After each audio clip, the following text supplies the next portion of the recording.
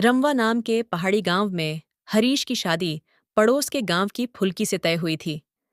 शादी का दिन निश्चित हुआ और सुबह के 4 बजे बारात रवाना हुई। गर्मी अधिक थी, जिससे बारातियों को प्यास और थकान महसूस हो रही थी। उन्होंने रास्ते में एक बड़े पेड़ की छांव में कुछ देर सुस्ताने का निर्णय लिया। वहीं अचानक घोड़ों के टापों की आवाजें सुनाई देने लगीं, जिससे बारातियों में दहशत फैल गई। कुछ ही देर में हथियारबंद डाकू सामने आ गए और उन्होंने सभी बारातियों को अपने कीमती गहने और धन संपत्ति सौंपने का आदेश दिया। डाकुओं की धमकी से घबराए बाराती अपने गहने और रुपये देकर वहां से जान बचाकर भागने लगे। हरीश भी मजबूरी में वहां से चला गया, लेकिन फुल्की इस दौरान अपनी डोली में गहरी नींद में थी और उसे बाहर हो रही घटनाओं का कोई अंदाजा नहीं था। जब फुल्की की आंख खुली तो उसने खुद को अनजान लोगों के बीच पाया। उसे बताया गया कि उसका दूल्हा हरीश अपनी जान बचाने के लिए भाग गया और अब वह डाकुओं की बंदी बन चुकी है। डाकुओं के इस बयान से फुल्की घबरा गई।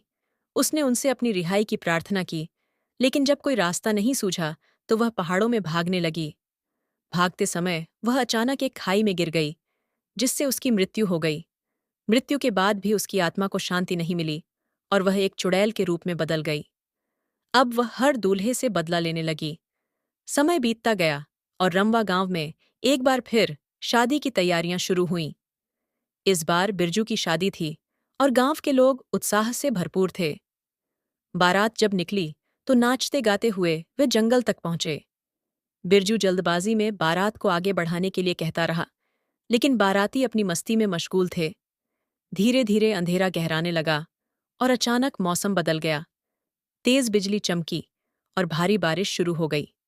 बारिश से बचने के लिए सभी बाराती पेड़ों के नीचे छिप गए। बारिश के बाद जब उन्होंने आगे बढ़ने की तैयारी की तो उन्हें एहसास हुआ कि बिरजू अचानक लापता हो गया है। पूरे जंगल में खोजबीन के बाद भी बिरजू का कोई पता नहीं चला। आखिरकार गांव वाले रोते बिलखते बिना दूल्हे के वापस लौट आए। ये खबर पूरे गांव में आग की तरह फैल गई। बिरजू के लापता होने के बाद उसकी दुल्हन के घरवालों ने निर्णय लिया कि शादी को रोकना ठीक नहीं होगा।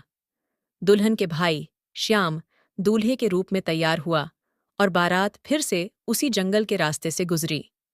जैसे ही वे उसी स्थान पर पहुंचे जहां से बिरजू गायब हुआ था, तेज हवाएं चलने लगीं और बिजली कड़कने लगी। श्याम ने सच्चाई जानने के लिए खुद को भीड़ से अलग कर लिया। तभी उसके सामने एक डरावनी चुड़ैल प्रकट हुई, जो किसी दुल्हन जैसी दिख रही थी। उसने श्याम को अपने साथ ले जाने की घोषणा की। भयभीत श्याम कुछ समझ पाता, इससे पहले ही चुड़ैल ने उस पर एक फूंक मारी, जिससे वह बेहोश हो गया। जब उसकी आंख खुली तो उसने खुद को एक गुफा में पाया, जहां रस्सियों से बंधे बिरजू को देखकर वह चौंक गया। गुफा में चुड़ैल ने खुलासा किया कि वह वही फुल्की है जिसकी शादी सालों पहले हरीश से तय हुई थी, लेकिन वह उसे छोड़कर भाग गया था। अब वह किसी भी दूल्हे को अपनी दुल्हन के साथ नहीं रहने देगी। तभी वहां हरीश पहुंचता है और फुल्की को संबोधित करते हुए कहता है कि उसने उसे कभी धोखा नहीं दिया। हरीश ने बताया कि उस दिन डाकुओं ने उसे और उसके परिवार को जान से मारने की धमकी दी थी, इसलिए वह मजबूरी में वहां से चला गया। उसने आज तक शादी नहीं की, क्योंकि वह फुल्की को ही चाहता था। हरीश की सच्चाई सुनकर फुल्की का क्रोध शांत हो जाता है और उसकी आत्मा को शांति मिलती है।